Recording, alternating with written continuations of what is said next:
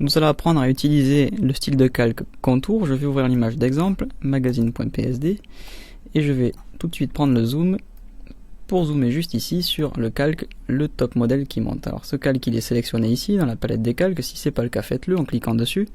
Et avant tout, on va voir la méthode que l'on utilisait avant que les styles de calque soient implémentés dans Photoshop. Pourquoi? Juste pour vous compreniez bien la différence entre une retouche que l'on peut faire directement dans Photoshop, on va dire à l'ancienne entre guillemets, et le style de calque, un outil un petit peu plus automatisé qui va surtout nous permettre non seulement de toujours garder le même niveau de qualité, mais surtout de gagner du temps. Donc d'abord on va voir la première méthode, l'alternative, celle que nous n'allons pas garder. Donc la première chose à faire, c'est de maintenir la touche CTRL pour obtenir une sélection sur le calque. Donc j'ai appuyé sur CTRL et j'ai cliqué ici sur le calque actif. Si vous avez un Mac, vous utiliserez à la place bien sûr la touche pomme qui remplace la touche CTRL. Donc j'ai maintenant une sélection active, je vais l'agrandir de 1 pixel en allant dans sélection modifier dilater 1 pixel. Donc j'ai bien un contour de 1 pixel qui s'est formé autour de mon texte. Je vais rajouter un nouveau calque, le mettre en dessous bien sûr et remplir par exemple en rose. Donc maintenant si je désélectionne avec CTRL D ou pomme D, eh bien j'ai mon contour de 1 pixel tout autour de mon calque de texte. Alors on va voir qu'il y a deux défauts. Le premier défaut, c'est que si par exemple j'augmente la taille de mon texte, on va mettre par exemple une taille de 38, je valide, bien sûr mon contour n'a pas suivi, il est resté à sa taille initiale. Donc ça c'est le premier problème, les deux ne sont pas liés. J'aurais pu bien sûr comme ceci sélectionner mes deux calques et maintenant redimensionner, mais là j'ai le deuxième problème, c'est que si je redimensionne trop, si je fais par exemple un calque trop grand, alors je vais vous le mettre volontairement à côté de, un peu plus loin sur la couverture, voilà, là je valide.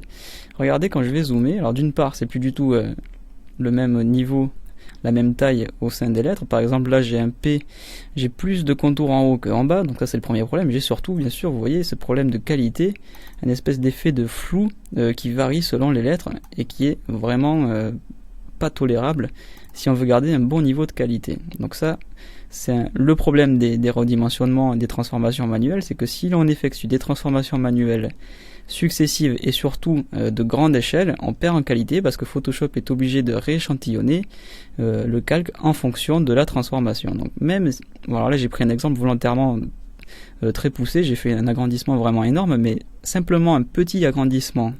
Mais si j'en fais plusieurs, si je fais plusieurs petits agrandissements, je vais à chaque fois perdre un petit peu de qualité, et au final je vais me retrouver avec ces mêmes problèmes, à savoir le flou et un contour qui n'est pas uniforme autour des lettres. Donc là je vais revenir dans historique, je vais revenir à mon image par défaut, et maintenant on va voir comment on peut faire avec un style de calque. Donc j'ai bien retrouvé mon calque ici, le top modèle qui monte à sa place, dans la bonne taille, sans contour. Et bien tout simplement je vais aller dans le petit F qui est en bas. Alors d'abord je vais vous redimensionner la palette des calques pour qu'on puisse bien voir toutes les options. Voilà, j'ai là les styles de calque et j'ai tout en bas le style de calque contour. Donc je clique et j'ai là la palette, plutôt la fenêtre plutôt qu'une palette, la fenêtre style de calque avec contour qui est coché, donc qui est activé.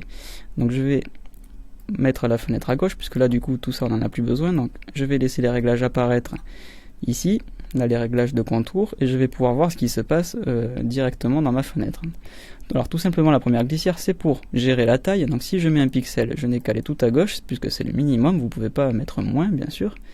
La position à l'extérieur du calque ou à l'intérieur, donc là ça donnera à l'extérieur de la typo ou à l'intérieur. Alors d'ailleurs peut-être que pour qu'on puisse voir un petit peu mieux, je vais zoomer directement.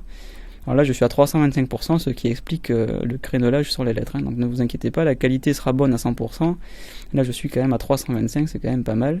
Voilà, je vais me déplacer un petit peu pour qu'on puisse bien voir. Donc je vais revenir dans contour et hop, mettre la fenêtre à gauche. Donc je me remets à 1 pixel, donc j'ai bien 1 pixel autour de mes lettres. Donc là je suis à l'extérieur, c'est-à-dire que le contour s'applique à l'extérieur des lettres, et évidemment si je mets intérieur, il va rentrer à l'intérieur des lettres, ce qui d'ailleurs aura pour effet de donner l'impression que mon texte va être plus petit. Donc là ensuite en partant du centre, et là c'est un petit peu des deux. Donc ça bave un petit peu à l'extérieur et un petit peu à l'intérieur, c'est pour ça que vous voyez ce léger effet de flou. Donc moi je vais mettre un contour extérieur. J'ai le mode de fusion, donc là c'est les modes de fusion que vous avez dans les calques. Vous pouvez utiliser différents modes de fusion pour que le contour interagisse différemment avec le fond, avec les calques qui se situent dessous.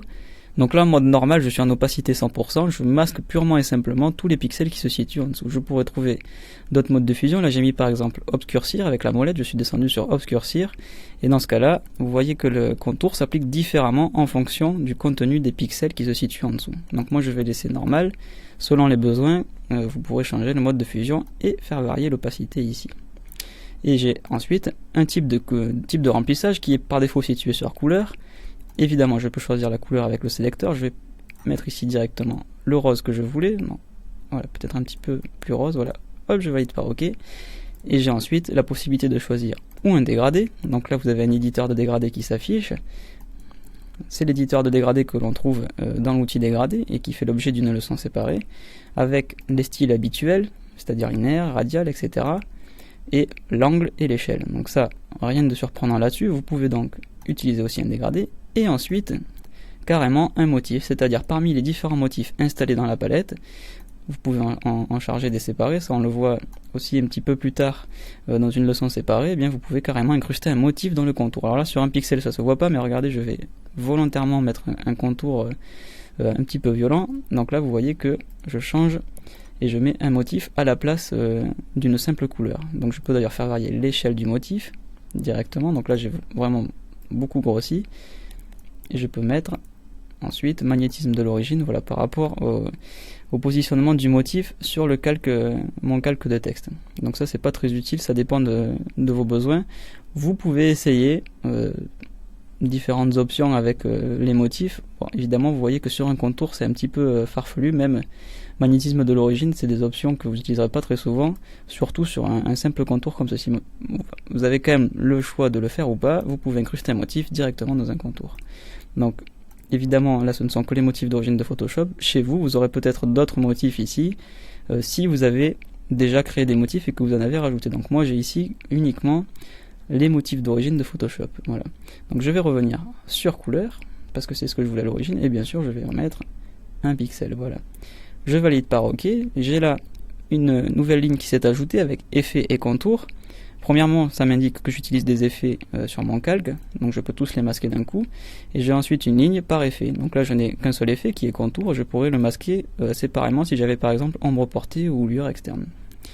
Donc maintenant, si j'active mon contour, je vais vous montrer que en redimensionnant mon calque, eh bien, je ne vais pas perdre en qualité puisque le calcul est effectué à chaque fois.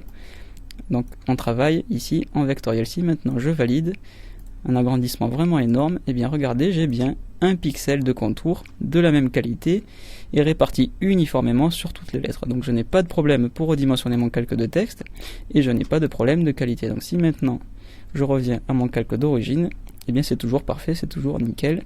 J'ai toujours un pixel, toujours la même qualité et toujours une répartition tout à fait uniforme. Donc voilà pour l'utilisation de l'effet contour, du style contour. Vous voyez que c'est vraiment bien plus simple que de travailler avec l'ancienne méthode qui était de remplir une sélection dilatée de 1 pixel et surtout non seulement un gain du temps et c'est plus simple mais c'est surtout de bien meilleure qualité.